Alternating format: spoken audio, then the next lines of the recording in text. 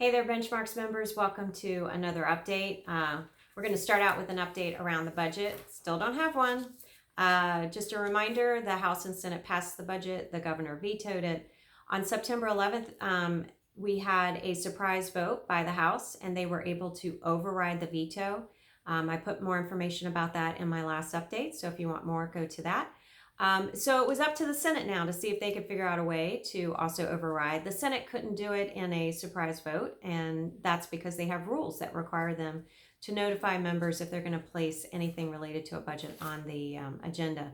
So we didn't hear anything for a while, and then all of a sudden the override was on the agenda this week, and we thought, well, maybe they found the Democrat vote that they needed to be able to do the override. Looked like the Democrats band together, decided no one was going to step out and to support an override. They never brought it to vote. The Senate had said, look, if we don't get a budget by the end of October, we're out of here. There was some discussion back and forth between the House and the Senate, and they decided to do an adjournment resolution. They're not ending session, but they are adjourning until November 13th. When they will come back to do redistricting, but they also can potentially take up some of these mini budgets. And this date is important for a major reason, and that is to keep Medicaid transformation on time. So if you remember, we actually had a delay in Medicaid transformation because we didn't have a budget before. So originally that Medicaid transformation was to start in a rollout. Instead, it was all compacted together to go live in February. However, if we do not have a budget by November 15th, then they will have to move the February date out again. And this is very problematic because they will have to start firing, if you will, or I guess ending the contract with a bunch of the people that they are using to help them get the Medicaid transformation in place. So these are with consulting firms and contracting firms. They would have to let those people go.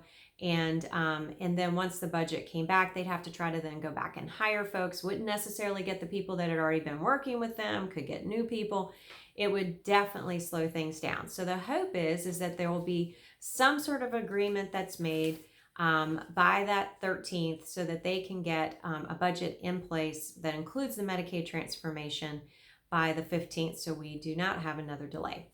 Also this week, there was a bill that was passed. It was Senate Bill 537, and it had a number of things that pertain to our members in it. I want to highlight a couple things, one of which, the first I want to highlight, is if you have a children's home under the Family First Act, also known as FFPSA, there are new requirements around who has to be fingerprinted for your facility. Well, the department had to work out an agreement with the FBI of how this was going to roll out. And in order to get it set up, they had to go ahead and get the fingerprinting requirement in place so that they could be allowed to start the process. Okay, so that means that in this bill, it says that you guys who have children's homes will have these other folks fingerprinted starting October 31st. Now, I realize that October 31st is already passed. Do not panic. This was the only way the department could do it. They realize that it's going to take a while to get everybody fingerprinted, and they're going to work on that process.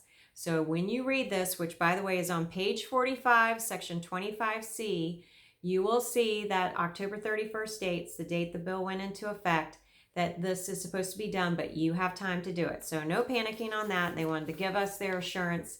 You didn't hear about this before because it wasn't in the bill before. This came in later in the evening, and so we didn't know about it. Also, in the bill, there is new language around involuntary commitment and the first examination. So if you do involuntary commitment, section 26A, page 46, you need to go look at that. And there was language, and this actually came through pressure from the county DSS agencies to postpone the deployment of the child welfare piece of, it was the child welfare case management piece of NC FAST. And so the way it's written is for the agencies that had already adopted that case management system, they can choose to opt out or they can choose to continue to use it.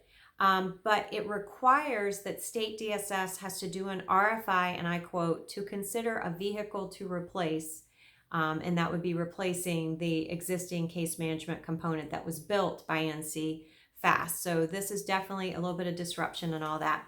Also wanted to remind you that the annual meeting is being held on November 13th and 14th, and that will be in Greensboro.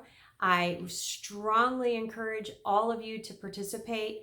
The evening event will have Susan Perry Manning, who is a deputy secretary. She's one of my favorite people over there. And also another one of my favorite people at the department is the director of mental health now, Cody Kensley, also a deputy secretary. He is going to be there the first evening as well with Susan. He won't be speaking, Susan will be, but he will be there and will be available. Great opportunity for you to meet him and get to know him, as well as to reach out and get to know Susan Perry Manning. Both are very influential in the department and a good person to have a relationship with.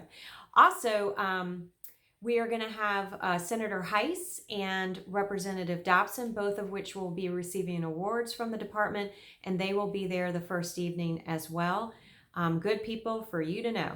It is also a tremendous opportunity for networking, and we have had quite a few opportunities that arose as a result of people being there networking. Everything from partnerships to even mergers have taken place as a result of conversations that took place at the annual meeting. This is a members only, so it's a smaller, more intimate affair. We really, really encourage you to participate because this is a great opportunity that we only do once a year, and we put these kinds of networking times together that really allows our members to work with each other. Also, Cody Kensley will be presenting the second day, and he'll be doing a great job with that. Also, we have two presenters coming, one of which is a district attorney who has a great deal of experience around substance use disorder and the opioid epidemic. And we also have another person whose expertise is around trauma.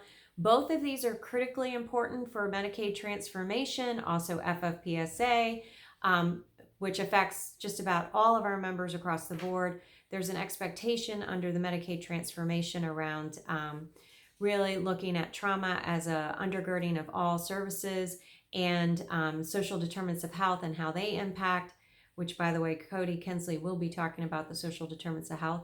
And there is new money that's coming into play with the Family First Act to do treatment around substance use disorder. And it's opening up a whole new way that we can potentially draw down dollars to implement that. And there also was a lot of work at the legislature this year and funding in the budget, if we get one, that will pay for additional substance use disorder treatment. So we hope that all of you will make sure that you sign up as soon as possible. We would love to see all of you there. As always, if you have any questions or concern, please reach out to somebody at Benchmarks and we'll get back to you. Hope you all have a great day. Bye-bye.